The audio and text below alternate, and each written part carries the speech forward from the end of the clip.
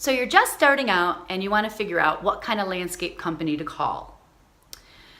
If you're a do-it-yourselfer and a fixer-upper or a flipper, you can call a landscape designer. Or if you're a contractor and you don't have a designer, a landscape designer too is one that you're really going to want to call.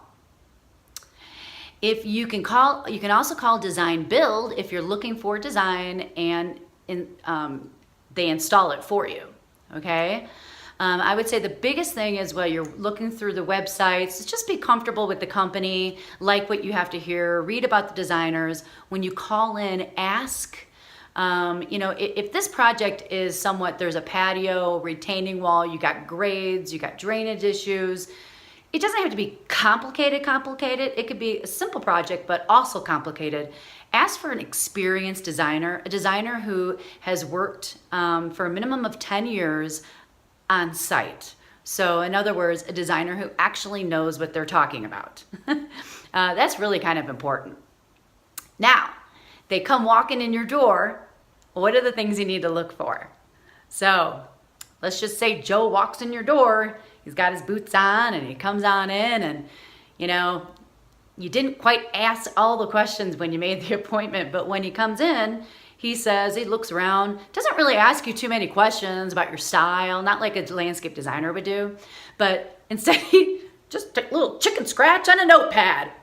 And then he says, oh, I can do this for about 20 grand. Get through the appointment, get him out of your house, and don't call him back. Because that's actually the contractor that's saying that he can design for you, but he actually can't. Now, if you know that they do good work, hire a landscape designer to do the design for you and actually spend the time with you. Spend a little bit extra money and hire the landscape designer to do that so you can work with this guy that did your neighbors and who does really good work. But then at least you have a design that's catered towards you and your lifestyle. If you are looking for if the next person comes in your door, sorry, I got off track.